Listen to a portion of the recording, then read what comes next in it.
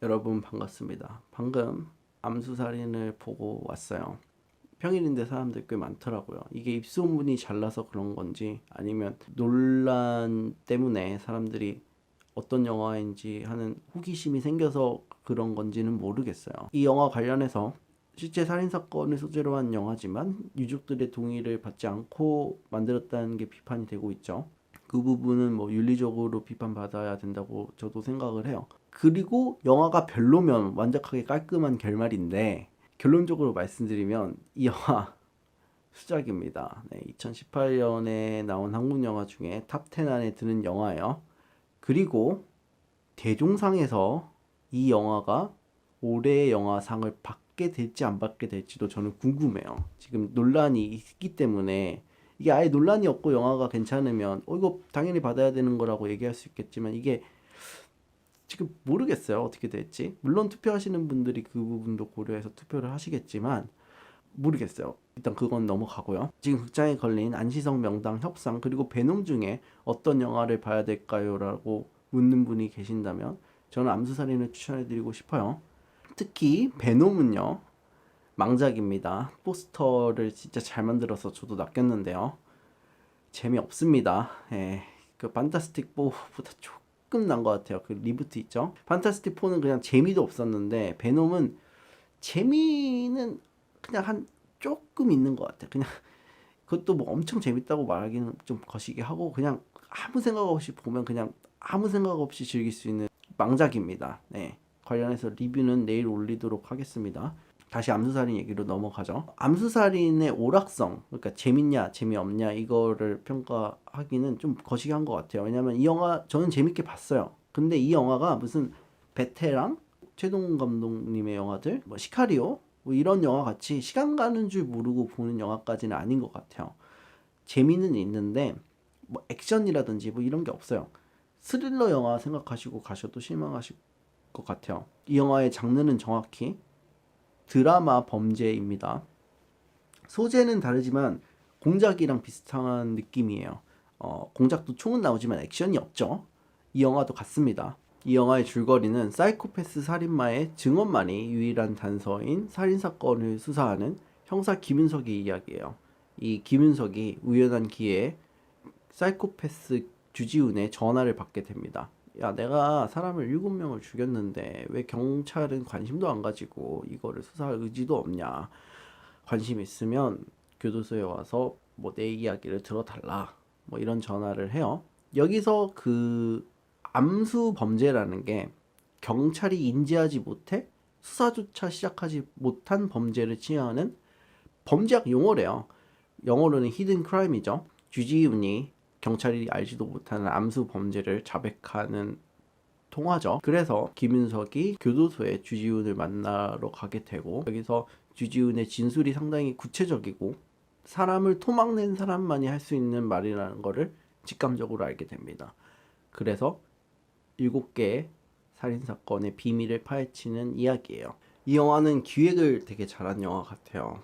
범인의 자백만으로 유죄가 되는 건 아니죠. 경찰이 살인사건을 입증하기 위해서는 구체적인 증거가 있어야 되잖아요. 흉기, DNA, 시체 같은 거죠. 경찰조차도 모르는 암수 범죄를 내가 했다고 주장하는 범죄자하고 그걸 또 수사하겠다고 나서는 형사의 이야기인데 굉장히 흥미로운 소재 아닌가요? 그런 측면에서 이 영화는 소재를 되게 잘 선택했다고 생각을 해요. 기획이 되게 좋은 거죠. 그리고 이 영화는 이런 좋은 기획을 살리는 훌륭한 플롯을 가지고 있습니다. 훌륭한 시나리오죠. 데이비드 핀처의 조디악이나 살인의 추억은 극이 진행되면서 누가 살인범인지를 밝히는 이야기잖아요.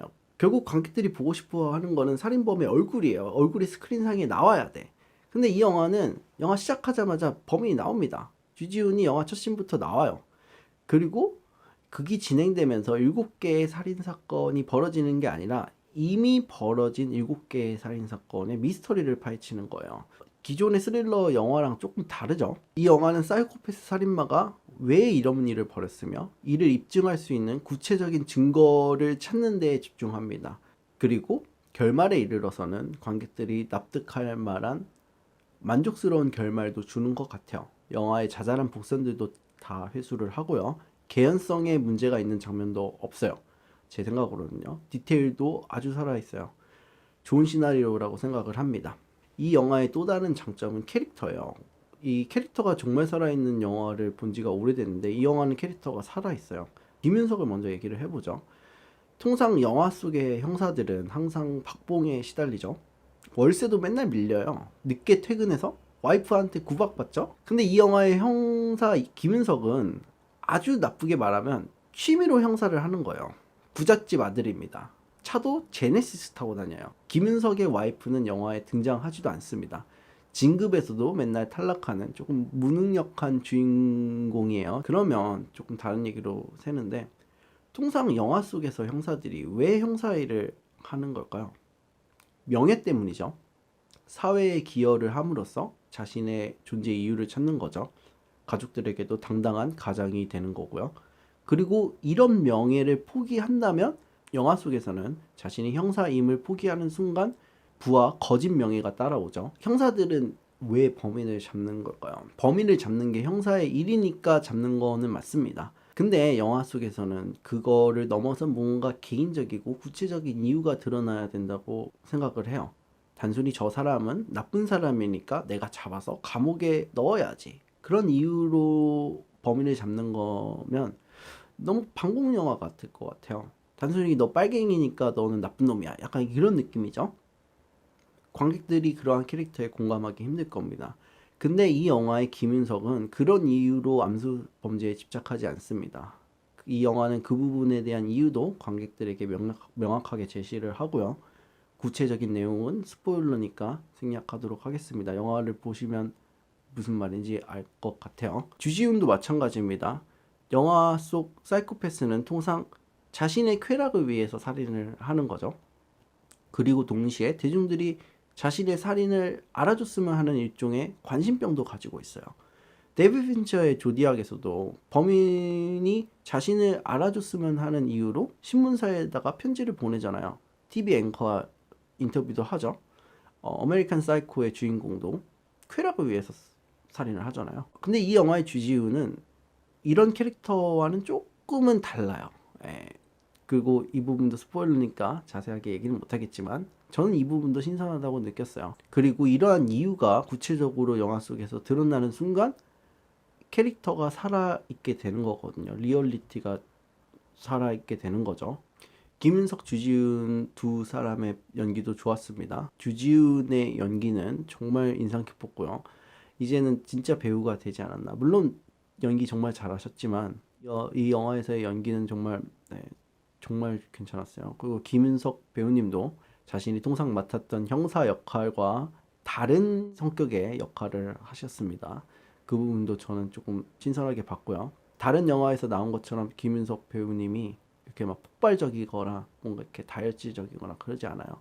이 영화는 주지훈이 세야 되는 영화거든요. 그래서 주지훈을 위해서 그 부분을 잘 맞춰주신 것 같아요. 좋은 배우는 항상 상대방을 생각하면서 연기를 하는 게 좋은 배우죠. 연출과 촬영도 좋았습니다. 이게 제작비가 지금 검색을 해봤는데 제작비가 안 나와가지고 얼마든지는 모르겠는데 제가 생각했을 때 이 영화 제작비 많이 안 들었어요. 한 끝에야 뭐 100억 정도 들었을 것 같은데 이 적은 제작비로 최대한 공들여서 찍은 티가 확 났습니다. 제 리뷰는 여기까지고요. 영상 봐주셔서 감사합니다. 좋아요, 싫어요, 그리고 구독 버튼 눌러주시는 거 잊지 말아주실 거죠? 네.